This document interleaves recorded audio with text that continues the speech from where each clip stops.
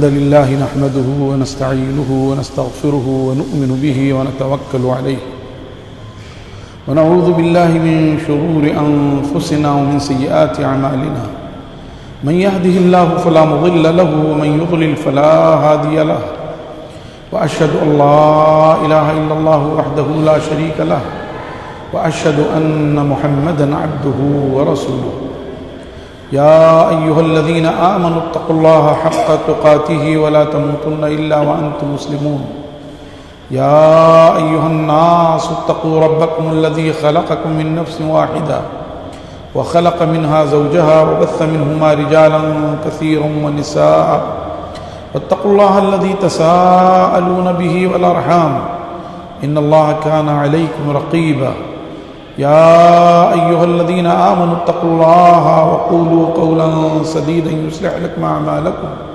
ويغفر لكم ذنوبكم ومن يطع الله ورسوله فقد فاز فوزا عظيما أما بعد فإن خير الحديث كتاب الله وخير الهدي هدي محمد صلى الله عليه وآله وسلم وشر الأمور محدثاتها وكل محدثة بدعة وكل بدعة ضلالة وكل ضلالة في النار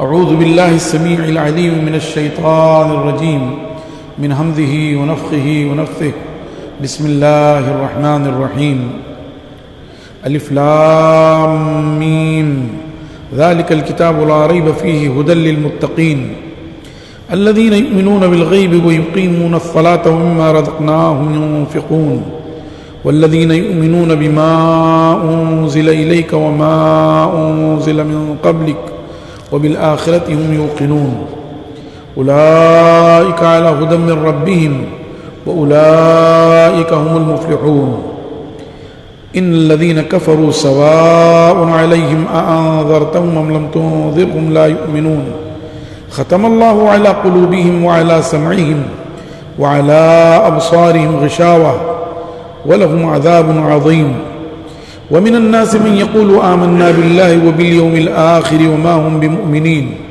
يخادعون الله والذين آمنوا وما يخدعون إلا أنفسهم وما يشعرون في قلوبهم مرض فزادهم الله مرضا ولهم عذاب أليم بما كانوا يكذبون وإذا قيل لهم لا تفسدوا في الأرض قالوا إنما نحن مصلحون ألا إنهم هم المفسدون ولكن لا يشعرون وإذا قيل لهم آمنوا كما آمن الناس قالوا أنؤمن كما آمن السفهاء ألا إنهم هم السفهاء ولكن لا يعلمون وإذا لقوا الذين آمنوا قالوا آمنا وإذا خلوا إلى شياطينهم قالوا إنا معكم إنما نحن مستهزئون الله يستهزئ بهم ويمدهم في طغيانهم يعمهون. محترم حضرات و سامعین کرام، پچھلے درس میں یہ بات کہی گئی تھی کہ دنیا میں جتنے بھی انسان ہیں وہ 3 گروہوں میں منقسم ہیں. ایک وہ خوش نصیب گروہ ہے جس کا تعلق اللہ رب العزت سے ہے، جو اللہ رب العزت کی ذات پر، اس کے فرشتوں پر، اس کی اتاری ہوئی کتابوں پر، اس کے بھیجے ہوئے رسولوں پر، یوم آخرت پر، تقدیر کے اچھے اور برے ہونے پر ایمان رکھتے ہیں، جنہیں متقین کے لقب سے نوازا گیا، جن کی صفت یہ بتائی گئی کہ جو غیب پر ایمان رکھتے ہیں، صلاۃ قائم کرتے ہیں، اور جو رزق ہم نے انہیں عطا کیا ہے اس سے وہ خرچ کرتے ہیں، جن کی صفت یہ بتائی گئی جو آپ پر اتاری ہوئی کتاب پر اور آپ کے زبان مبارک سے نکلے ہوئے الفاظ یعنی احادیث مبارکہ پر ایمان رکھتے ہیں، اور رسول اللہ صلی اللہ علیہ وسلم سے پہلے انبیاء پر اتاری ہوئی کتابوں پر بھی ایمان رکھتے ہیں. اور آخرت پر یقین رکھتے ہیں، اور پھر اس خوش نصیب گروہ کو یہ بشارت دی گئی کہ یہی فلاح یاب ہیں۔ دوسرا گروہ وہ ہے جو اللہ رب العزت کی ذات پر ایمان نہیں رکھتا، جو اس کی نعمتوں سے فائدہ اٹھاتا تو ہے مگر ناشکری کرتا ہے، جو کفر کے دلدل میں پھنسا ہوا ہے۔ ان کے اعمال سیئہ اور اعمال خبیثہ کی وجہ سے اللہ تعالیٰ نے ان کے دلوں پر مہر لگا دیا ہے، ان کے کانوں میں ڈھکن ہے، ان کی آنکھوں پر پردہ ڈال دیا گیا ہے، اور رسول اللہ صلی اللہ علیہ وسلم کو خطاب کر کے یہ کہا گیا کہ آپ پر برابر ہے، چاہے آپ انہیں ڈرائیں یا نہ ڈرائیں، یہ ایمان لانے والے نہیں ہیں۔ اور تیسرا گروہ وہ ہے جو منافقین کا گروہ ہے، جس نے انسانیت کو سب سے زیادہ نقصان پہنچایا ہے۔ یہی وجہ ہے کہ اللہ تبارک و تعالی نے اہل ایمان کے لیے 4 آیات وقف کی اور کفار کا تذکرہ 2 آیتوں میں کیا، لیکن منافقین کا تذکرہ 13 آیتوں میں کیا، پورا رکوع وقف کر دیا اللہ تعالی نے۔ تو پہلے خوش نصیب گروہ کا تذکرہ پچھلے درس میں ہو چکا ہے۔ آج کے درس میں اس بدبخت گروہ کا ذکر ہے جو کھاتا تو اللہ تعالیٰ کی ہے لیکن گاتا کسی اور کی ہے۔ پیدا تو اللہ تبارک و تعالیٰ نے کیا ہے لیکن سر کہیں اور جھکاتا ہے۔ نعمتیں اللہ تعالیٰ کی استعمال کرتا ہے لیکن شکر کسی اور کا بجا لاتا ہے، اور یہ سب کچھ وہ جان بوجھ کر کرتے ہیں، ورنہ اللہ تعالیٰ نے ہر انسانی فطرت میں توحید رکھ دی ہے، ہر انسانی فطرت میں اپنی ربوبیت، اپنی الوہیت، اپنے اسماء اور صفات ودیات کیے ہیں۔ چنانچہ سیدنا ابو ہریرہ رضی اللہ تعالیٰ عنہ کی روایت ہے، وہ فرماتے ہیں کہ رسول اللہ صلی اللہ علیہ وسلم نے فرمایا کل مولود یولد علی الفطرہ فابواہ یہودانہ او ینصرانہ او یمجسانہ۔ ہر بچہ فطرت پر پیدا ہوتا ہے، توحید پر پیدا ہوتا ہے۔ فطرت وہ ہے جسے اللہ نے فرمایا فطرت اللہ التی فطر الناس علیہا لا تبدیل لخلق اللہ ذلک الدین القیم۔ فطرت وہ ہے جس پر اللہ تعالیٰ نے لوگوں کو پیدا کیا ہے۔ لوگوں کی فطرت توحید پر ہے، اور اس کی دلیل یہ ہے کہ اللہ کے رسول صلی اللہ علیہ وسلم فرماتے ہیں اللہ تعالیٰ نے لوگوں کو فطرت پر پیدا کیا۔ ہر بچہ فطرت پر پیدا ہوتا ہے، پھر اس کے والدین اس کو یہودی بنا دیتے ہیں یا نصرانی بنا دیتے ہیں یا مجوسی بنا دیتے ہیں۔ اور یہاں رسول اللہ صلی اللہ علیہ وسلم نے یہ نہیں فرمایا او یسلمانہ، یا اس کو مسلمان بنا دیتے ہیں۔ اس کی وجہ یہ ہے کہ وہ تو فطری طور پر مسلمان پیدا ہی ہوا ہے، اس لیے وہ ذکر کرنے کی کوئی ضرورت نہیں۔ ذکر اسے کیا جاتا ہے جو بعد میں لوگ کر دیں۔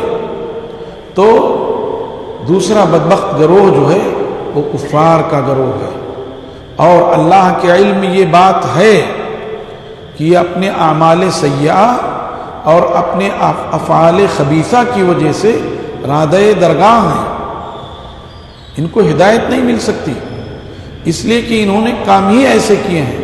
ہمارا یہ عقیدہ ہے، اہل سنہ کا یہ عقیدہ ہے کہ اللہ تبارک و تعالی نے مخلوقات کی پیدائش سے 50,000 سال پہلے بندوں کی تقدیریں لکھ دی ہیں۔ اس کے علم میں یہ بات ہے کہ کون سعید ہے، نیک بخت ہے، اور کون شقی ہے، بدبخت ہے۔ اور اللہ تعالیٰ کے علم کا معاملہ یہ ہے کہ جو کچھ ہو چکا اس کے علم میں ہے، جو کچھ ہو رہا ہے اس کے علم میں ہے، جو کچھ ہونے والا ہے اس کے علم میں ہے۔ اگر کوئی چیز نہیں ہوئی وہ بھی اس کے علم میں ہے، اگر وہ چیز ہوتی تو کیسے ہوتی وہ بھی اس کے علم میں ہے۔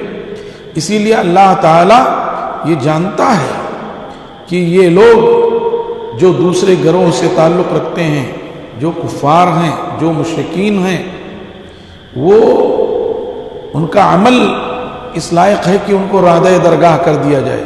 اسی لیے اپنے حبیب اور خلیل جناب محمد الرسول اللہ صلی اللہ علیہ وآلہ وسلم کو اللہ نے تسلی دی اور فرمایا آپ پر برابر ہے، چاہے آپ انہیں ڈرائیں یا نہ ڈرائیں، یہ ایمان لانے والے نہیں۔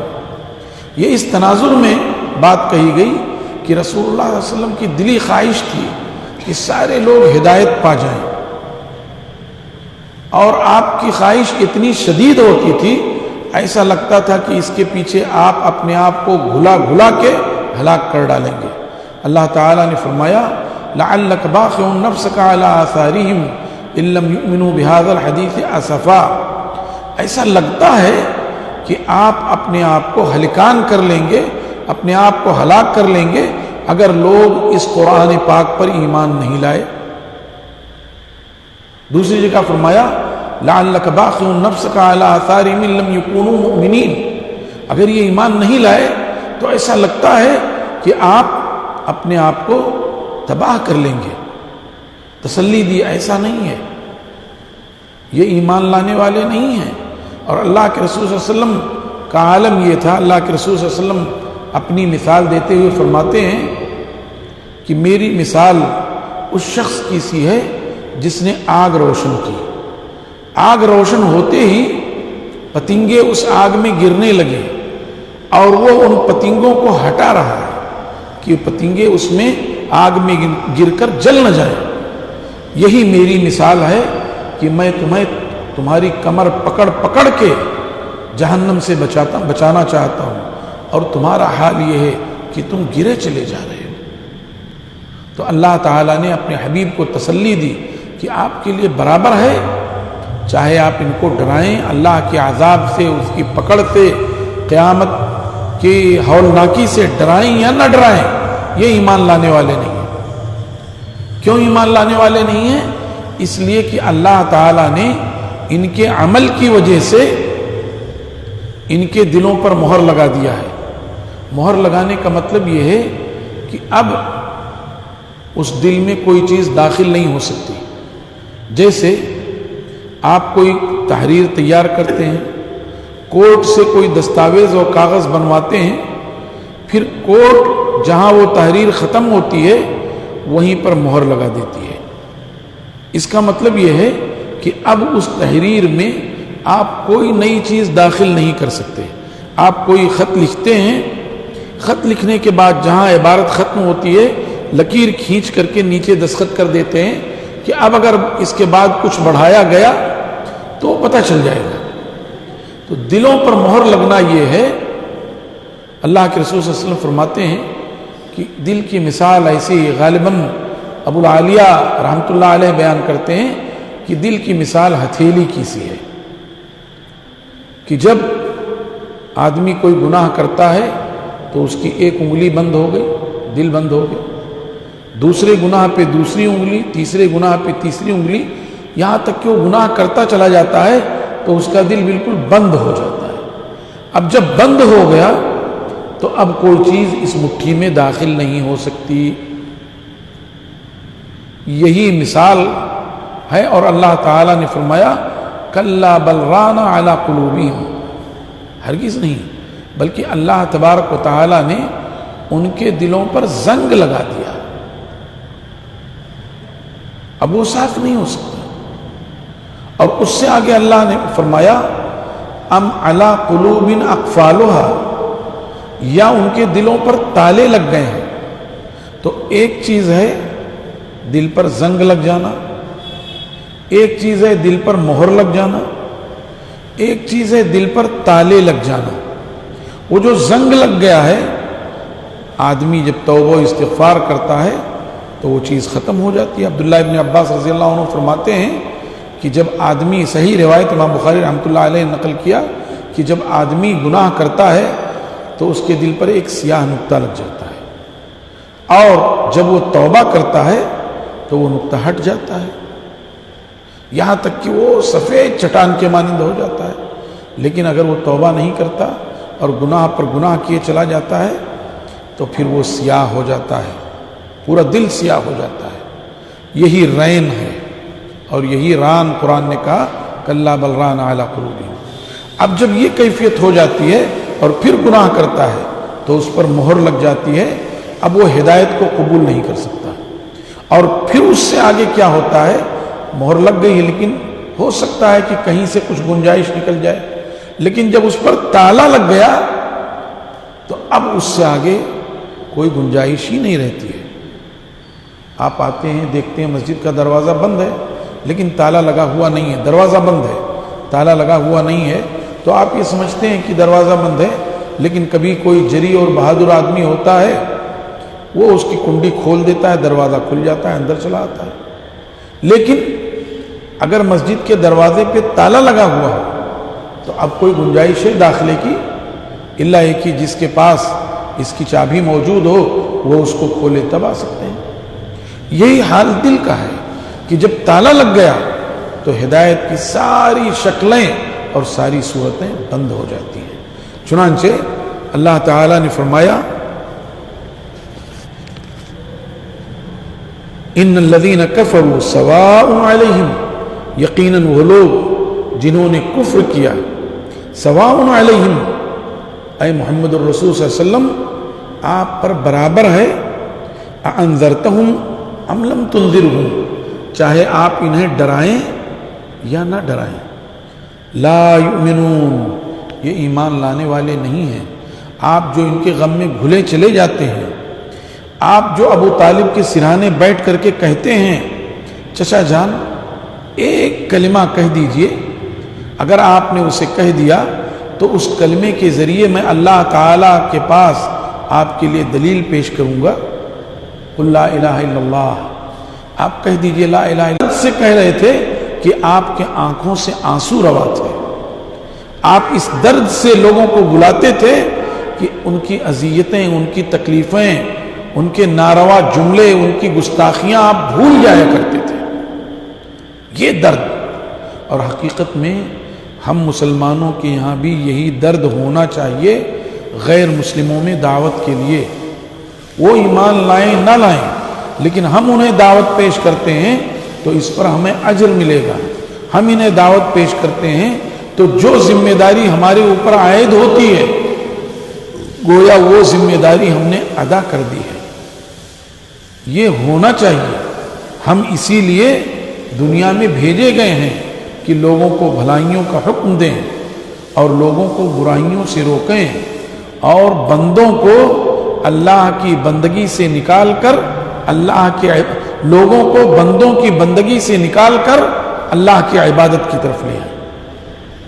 ہم اسی لیے بھیجے گئے ہیں، ہماری یہ ذمہ داری بنتی ہے، دل میں یہ تڑپ ہونی چاہیے کہ ہم کسی بھی غیر مسلم بھائی کو جو ہمارا انسانی بھائی ہے، انسانی رشتے کے ناطے ہمارا تعلق ہے، ہم اس کو دین کی دعوت دیں، ہم اس کو توحید کی دعوت دیں، حکمت کے ساتھ، بھلائی کے ساتھ، کوئی زور زبردستی نہیں، کوئی دباؤ نہیں۔ دنیا کی تمام قومیں اپنے ہاں لوگوں میں دعوت پیش کرتی ہیں،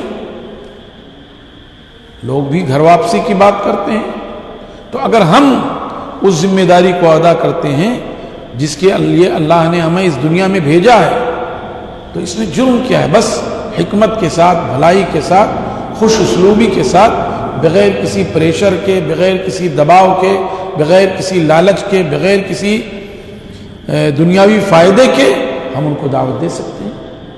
تو اللہ کے رسول صلی اللہ علیہ وسلم اس غم میں گھلے جاتے تھے، چنانچہ فرمایا گیا سواء علیہم انذرتہم ام لم تنذرہم لا یؤمنون، برابر ہے ان پر چاہے آپ انہیں ڈرائیں یا نہ ڈرائیں، یہ ایمان لانے والے نہیں ہیں، یہ راندہ درگاہ ہو چکے ہیں، انہوں نے اللہ کے ساتھ شرک کیا ہے اور ایسا شرک کیا ہے کہ اب وہ اس دلدل سے نکل نہیں سکتے، لیکن فرض ہے اور اسی لیے رسول اللہ صلی اللہ علیہ وسلم لوگوں کو دعوت دیتے تھے۔ کیوں ایمان نہیں لا سکتے؟ اللہ نے فرمایا ختم اللہ علی قلوبہم وعلی ابصارہم، ختم اللہ علی قلوبہم وعلی سمعہم، اللہ تعالیٰ نے ان کے دلوں پر مہر لگا دیا ہے اور ان کے کانوں پر مہر لگا دیا ہے. ان کے دلوں پر اور ان کے کانوں پر مہر لگا دیا ہے. وَعَلَىٰ أَبْصَارِهِمْ غِشَاوَةٌ اور ان کے آنکھوں پر پردے ڈال دیے ہیں. دیکھیے یہاں اللہ تعالیٰ نے کان کو آنکھ سے پہلے ذکر کیا ہے، اس لیے کہ کان کا فائدہ آنکھ سے زیادہ ہے. آدمی کسی چیز کو دیکھتا ہے تب اس کے بارے میں کچھ سوچتا ہے، لیکن کان کا معاملہ یہ ہے کہ بہت ساری چیزیں وہ سنتا ہے، دیکھنے سے زیادہ سنتا ہے. اسی لیے کان کا فائدہ آنکھ سے زیادہ ہے. ہر جگہ اللہ تعالیٰ نے کان کو آنکھ سے پہلے ذکر کیا ہے. وَالَّذِي جَعَلَ لَكُمُ السَّمْعَ وَالْأَبْصَارَ وَالْأَفْئِدَةَ قَلِيلًا مَا تَشْكُرُونَ. وہ اللہ ہی ہے جس نے تمہارے لیے کان، آنکھ اور دل بنا دیے ہیں کہ ان نعمتوں سے فائدہ اٹھاؤ. تم بہت تھوڑا شکریہ ادا کرتے ہو. تو اللہ تعالیٰ نے فرمایا اللہ نے ان کے دل پر اور ان کے کانوں پر مہر لگا دیا ہے اور ان کی آنکھوں پہ پردے ڈال دیے ہیں. تو اب ان کے کانوں میں حق کی آواز نہیں آ سکتی، ان کے دل میں حق کی آواز سما نہیں سکتی، ان کی آنکھیں مظاہر فطرت اور مظاہر قدرت دیکھ نہیں سکتے. جب دیکھ نہیں سکتے تو پھر ایمان لانے کا کیا سوال ہے؟ لا یؤمنون، ایمان لا نہیں سکتے. ختم اللہ علی قلوبہم وعلی سمعہم وعلی ابصارہم غشاوہ ولہم عذاب عظیم. اور ان کے لیے بڑا بھاری عذاب ہے، اس لیے کہ جس ذات نے انہیں پیدا کیا، انہیں آنکھ، کان، ناک اور دل دیے، انہیں اعضاء اور جوارے سے سجایا اور سنوارا، ان کے لیے دنیا بھر کی نعمتیں بنائیں، ان کے لیے سارا سب کچھ کیا. یہ سب کچھ ہونے کے باوجود یہ جو ہے اللہ تبارک و تعالیٰ کا شکر ادا نہیں کرتے، اس کے سامنے سر نہیں جھکاتے، اس کی الوہیت کو، اس کی ربوبیت کو، اس کے اسماء اور صفات کو تسلیم نہیں کرتے. اسی وجہ سے اللہ نے فرمایا وَلَهُمْ عَذَابٌ عَظِيمٌ، ان کے لیے بڑا بھاری عذاب ہے. دیکھیے اس گروہ کا تذکرہ صرف 2 آیات میں اللہ تبارک و تعالیٰ نے کیا، صرف 2 آیات میں. اس کے بعد جس بدبخت گروہ کا تذکرہ ہے یہ منافقین کا گروہ ہے. منافق نفق سے ہے. نفق سرنگ کو کہتے ہیں، اوپر سے زمین بالکل برابر ہے اور نیچے سرنگ ہے، آدمی کو پتہ نہیں چلتا. دشمن بارودی سرنگیں بچھا کر کے اپنے مخالف کو، اپنے حریف کو نقصان پہنچا دیتا ہے. یا پہلے زمانے میں لوگ سرنگیں بناتے تھے، آج بھی دیکھیے اوپر پہاڑ ہیں، نیچے سے راستہ نکال دیا ہے، سرنگ ہے. تو یہ نفق یعنی اوپر سے ظاہر نہیں ہوتا. یہی معاملہ منافق کا ہے کہ منافق ظاہر میں تو وہ یہ کہتا ہے کہ ہم مسلمان ہیں، لیکن باطن میں وہ غیر مسلموں کے ساتھ ہے. اس لیے یہ کافر سے زیادہ نقصان دہ ہے، کیونکہ وہ تو کھلا ہوا ہے، اس کے بارے میں معلوم ہے. لیکن وہ جن کے بارے میں کوئی کھلی ہوئی بات نہیں ہے، بظاہر وہ آپ جیسے لگتے ہیں، لیکن باطناً ان کے دل میں ہمارے لیے بغض ہے، عناد ہے، حسد ہے، جلن ہے، کینہ ہے، کپٹ ہے. بظاہر وہ ہمارے دشمن ہیں، تو ان سے آدمی جلدی دھوکہ کھا جاتا ہے، جلدی دھوکہ کھا جاتا ہے. تو منافقین کا تذکرہ ہو رہا ہے. اور مکی زندگی میں کوئی منافق نہیں تھا، کوئی منافق نہیں تھا، بلکہ وہاں معاملہ الٹا تھا. اندر سے مسلمان رہتے تھے اور ظاہر غیر مسلموں کے سامنے نہیں کرتے تھے. قریش مکہ کے سامنے، مشرکین کے سامنے ظاہر نہیں کرتے تھے، اندر سے مسلمان رہتے تھے.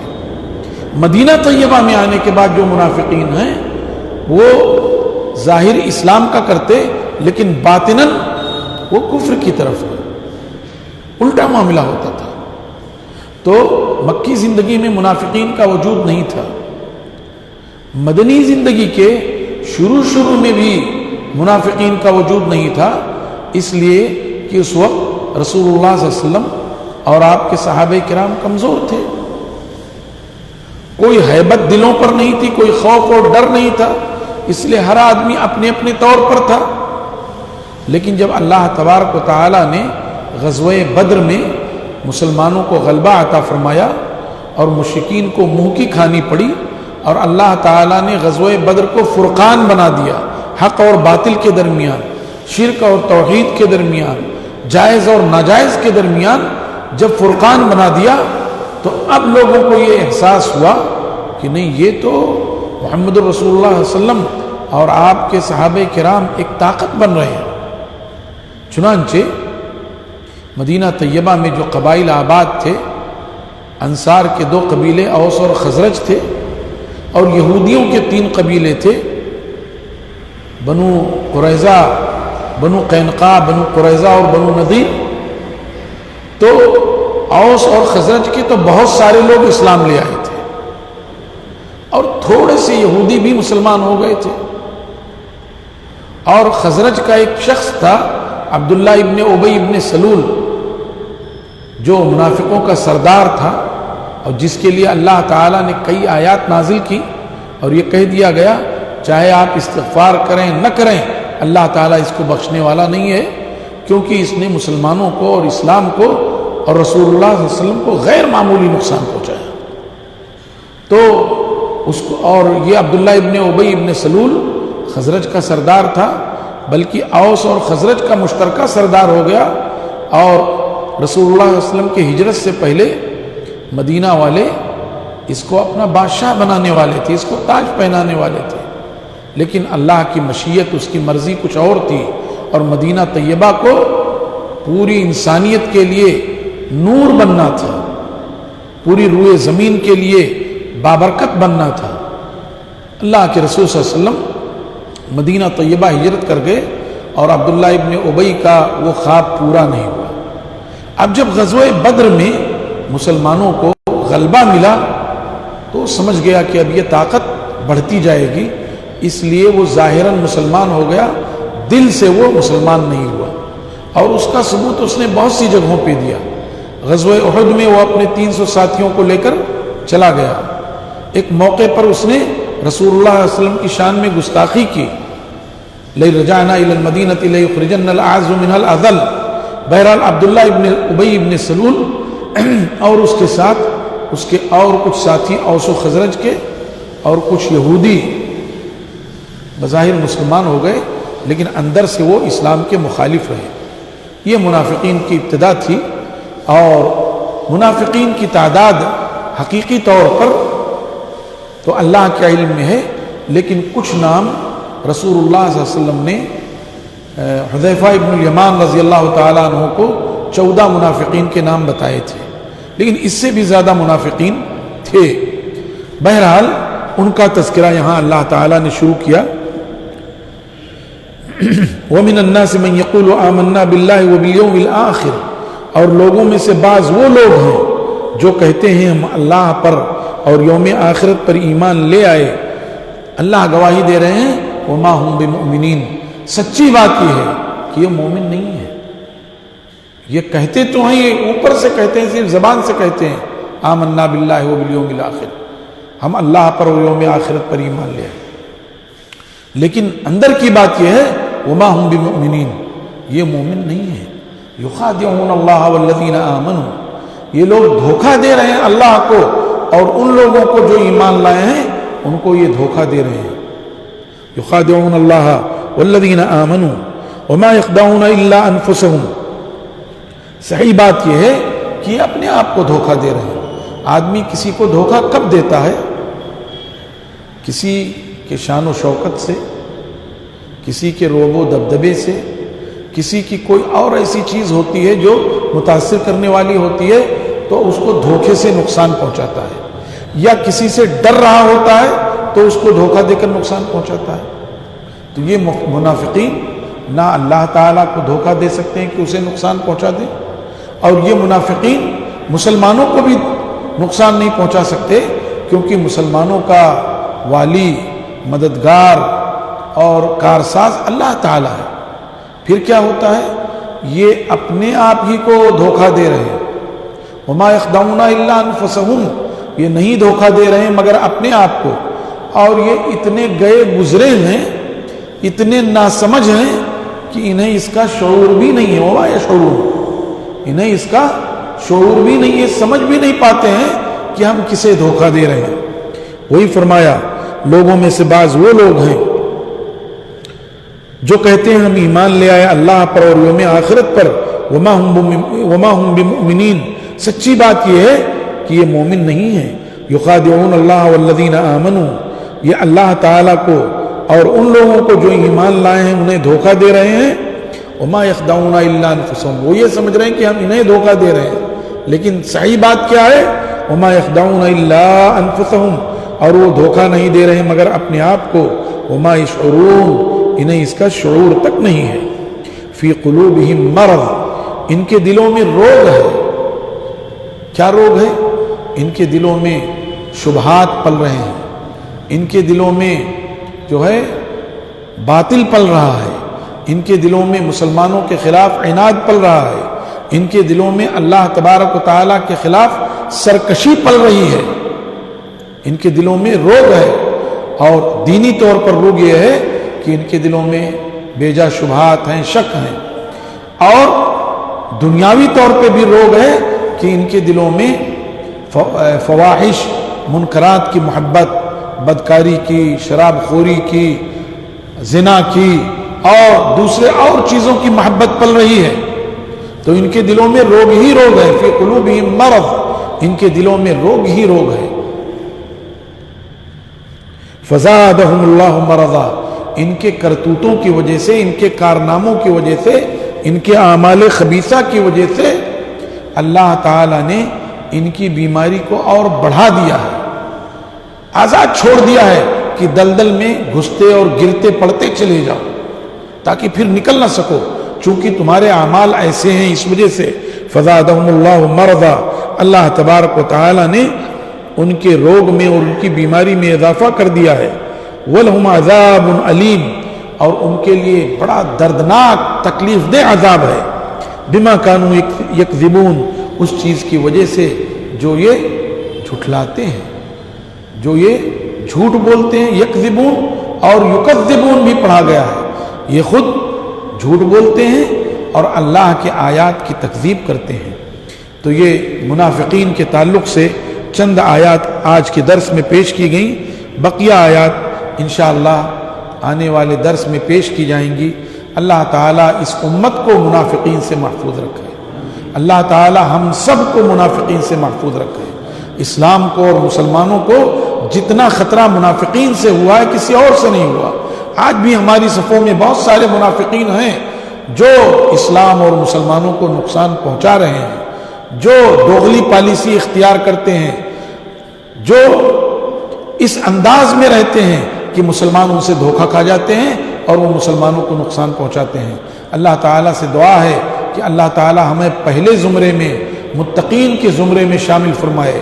اللہ تعالیٰ ہمیں کافروں کی ریشہ دوانیوں سے محفوظ رکھے اور منافقوں کے مکر و فریب سے محفوظ رکھے۔ اللہ تعالیٰ ہمیں قرآن پاک کو سمجھنے کی توفیق عطا فرمائے، سمجھ کر اس پر عمل کرنے کی توفیق عطا فرمائے۔ اللہ تعالیٰ ہم پر بہت ساری بلائیں اور مصیبتیں آئی ہوئی ہیں، اس قرآن پاک کی برکت سے اللہ تعالیٰ ان مصیبتوں اور بلاؤں کو دور فرما دے۔